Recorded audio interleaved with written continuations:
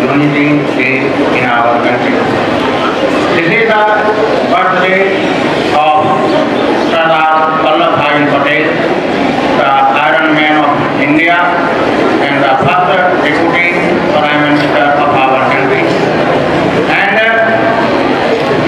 he played an important role in uniting our country, as you know.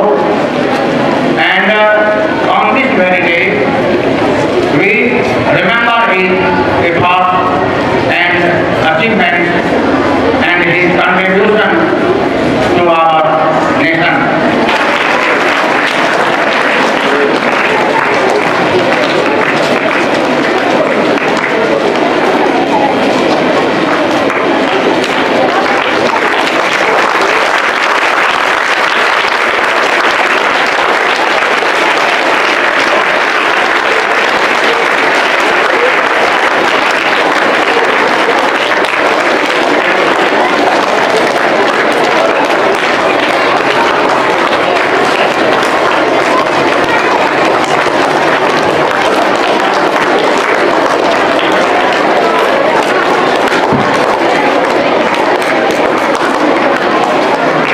Give a big clapping, all of you, my dear.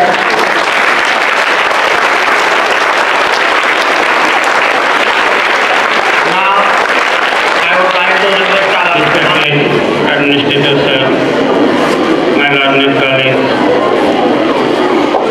and all loving children.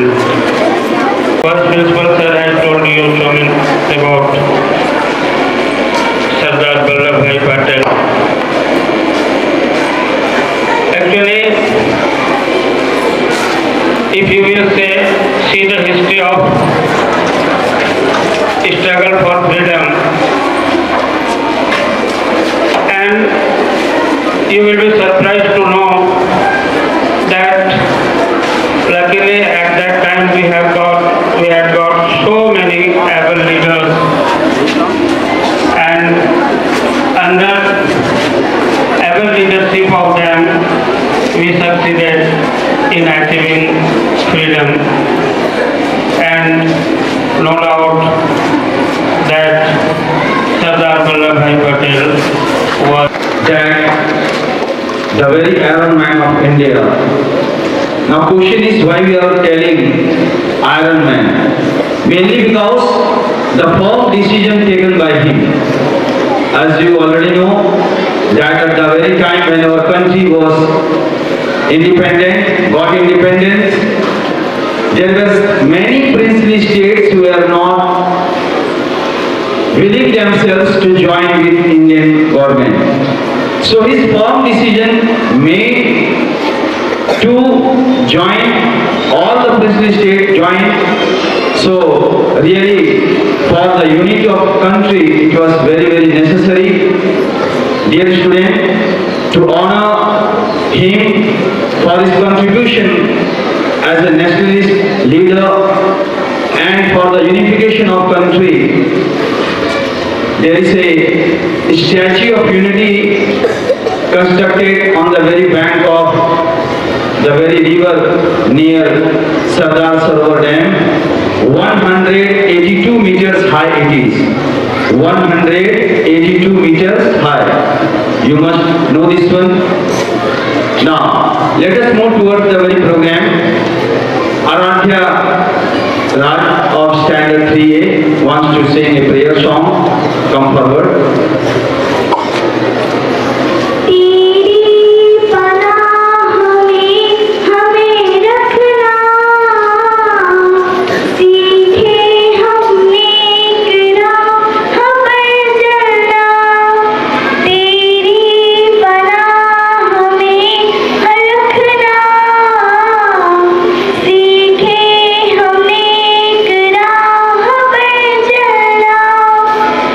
कब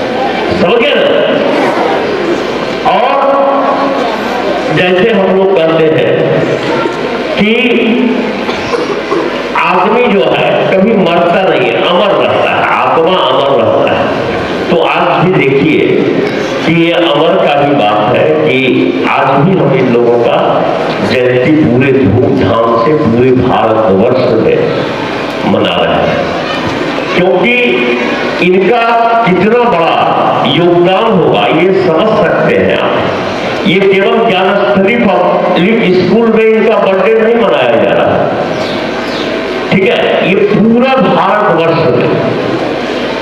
कारण तो आप समझ सकते हैं कि इन्होंने भारत को आजादी दिलाने में ही कितना बड़ा योगदान होगा, और उसके बाद इनका योगदान केवल भारत को आजादी दिलाने में भी नहीं था उसके बाद भी इनका योगदान जो है भारतवर्ष में आजादी दिलाने के बाद भी,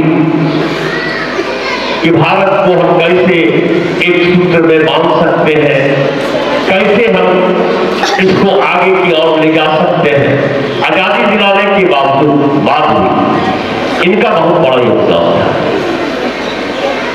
छोटे छोटे चीजों को आपको समझने की आप भाषण ज्यादा नहीं देंगे, हम इतना ही बोलना चाहते हैं और हर एक बार बोलते हैं। और ये नहीं है कि ये जो है बहुत बड़े घर में पैदा हुए थे, बहुत पैसे वाले थे, ये भी बात नहीं है। और ये अच्छे वकील भी थे, इन्होंने विदेश से ही वकालत की पढ़ाई की थी। उसके बाद जो है ये महात्मा गांधी का जो आंदोलन चलाया जा रहा था, महात्मा गांधी से ये काफी प्रभावित थे। महात्मा गांधी से प्रभावित होकर इन्होंने स्वतंत्रता आंदोलन में अपना सहयोग के त्याग को यदि आप समझना चाहते हैं और समझते हैं कि हम जो खुले हवा में सांस ले रहे हैं, इसके लिए सभी लोगों का कर्तव्य बनता है। हम सभी लोगों को इस भारत माता के प्रति कर्तव्य बनता है कि हम इसको कैसे अच्छे ढंग से खिला सकते हैं, कैसे अच्छे ढंग से ले जा सकते हैं भारत माता। सभी का कर्तव्य बनता है। आप विद्यार्थी जीवन में हैं, आपका भी कर्तव्य है कि आप बेहतर कैसे इस भारत माता के बारे में सोच सकते हैं। बहुत सारी चीज है, केवल भाषण देने, भाषण सुनने से नहीं होता।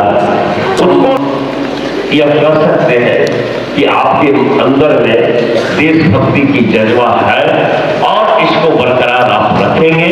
देशभक्ति का जज्बा, यदि किसी भी महापुरुष का जन्मदिन मनाते हैं या आप शामिल होते हैं, यहाँ असेंबली हो या कहीं भी बाहर में हो, तो निश्चित रूप से उनके त्यागों के प्रति जो त्याग किया गया है उनको याद कीजिए कि क्यों। अब यह भी चिंतन कीजिए कि आखिर में इतने दिन तक गुजर जाने के बाद भी हम लोग क्यों उनको याद कर रहे हैं। निश्चित रूप से यह यदि आपके मस्तिष्क में क्वेश्चन आएगा तो निश्चित रूप से आपके मस्तिष्क में यह आएगा कि उनका योगदान बहुत बड़ा योगदान होगा, जिसके कारण से आज भी वह अमर, बहुत बड़ा योगदान होगा।